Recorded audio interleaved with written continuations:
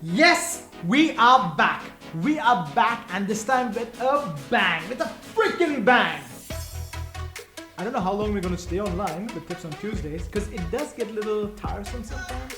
But if I get enough likes and loves and comments and people who actually want to hear me, I'll keep doing this. So please like this video, comment below, subscribe and share. Because you know what? We don't hate, we resonate.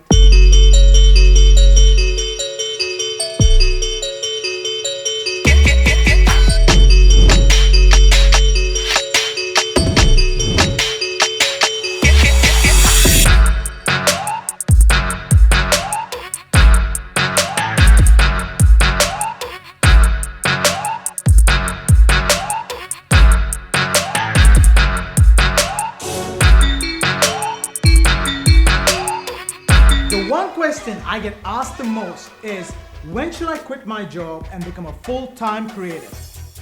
We're going to speak about that today and a little bit more. Being creatives, we all understand that we have this need to quit our day job, to quit what we're doing on a daily basis and start living on our own freedom, be our own boss. You know, just let the man go. Forget the suit and tie stuff, forget the corporate stuff, and start living our life based on our terms and our means. It's a very hard question to answer.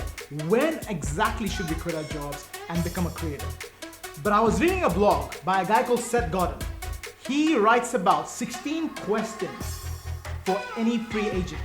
As creatives, you should replace the word with the stream that you're in. So 16 questions for photographers, 16 questions for videographers, 16 questions for designers, etc, etc, etc. So I'm going to go through some of the 16 questions so you guys get an idea of when you think it's the right time to quit your day job and start being a full-time creative.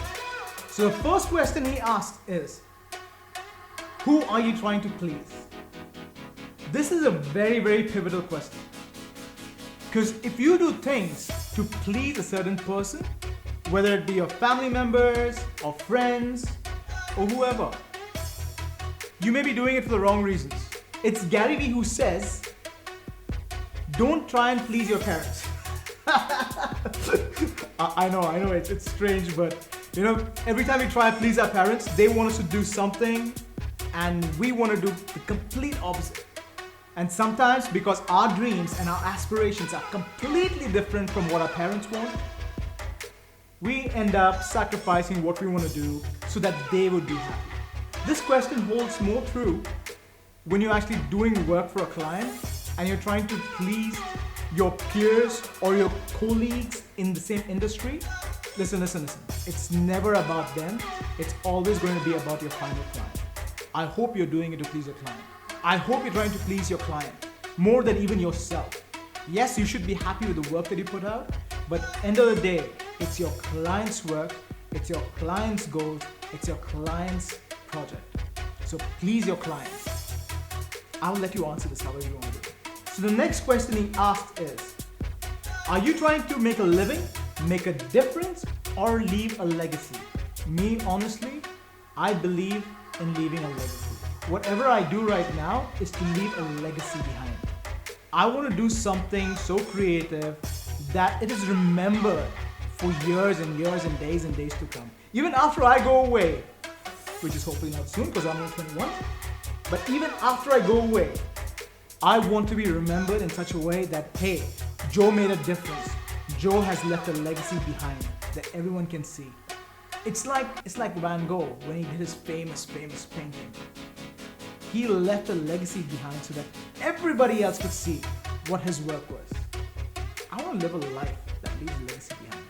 I know it's a little hard because leaving a legacy sometimes means sacrifices on doing it to make a living, but I want whatever I do to leave a legacy behind and at the same time pay me for the expertise and the knowledge I have.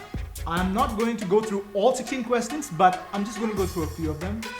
The links of this blog would be in the comments below so you guys can all go and read it. I encourage you to go and read it because answering these questions might change the way you think right now. So the next question I really, really like is, do you want a team? If so, how big? The thing about having a team is, are you ready to share your glory, everything that you do, in the name of your team, or do you want to take it for yourself? I believe in teamwork, and you all know that very, very well. If you don't, go and check out the vlogs. I believe in teamwork. You guys all know that very well. I even vlogged about it in one of the day, I don't remember what day it was, but I even vlogged about it in one of the 30 by 30 challenge. So do you want a team? Because not only will you share your glory with your team or all your successes with your team, you will also have to share your money with the team. You would also have to pay your team.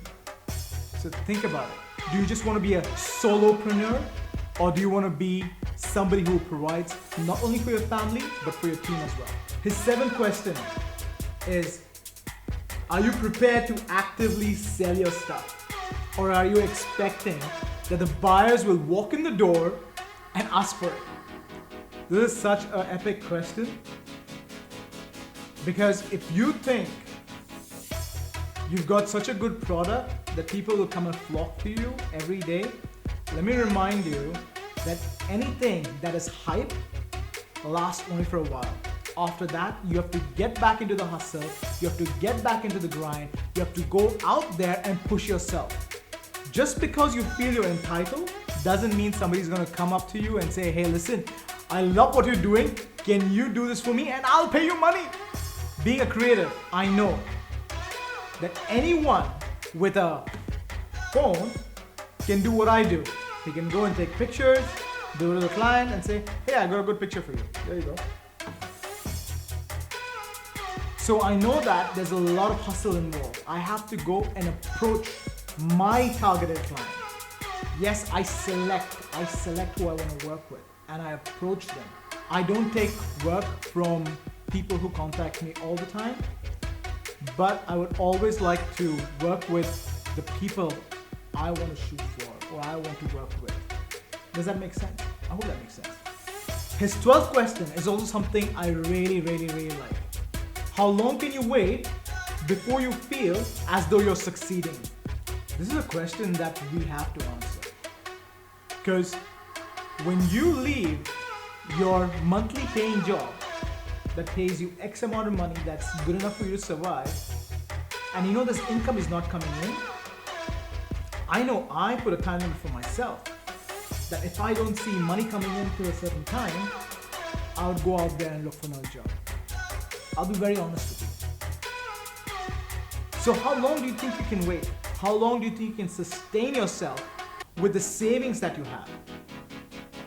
At least that gives you an idea.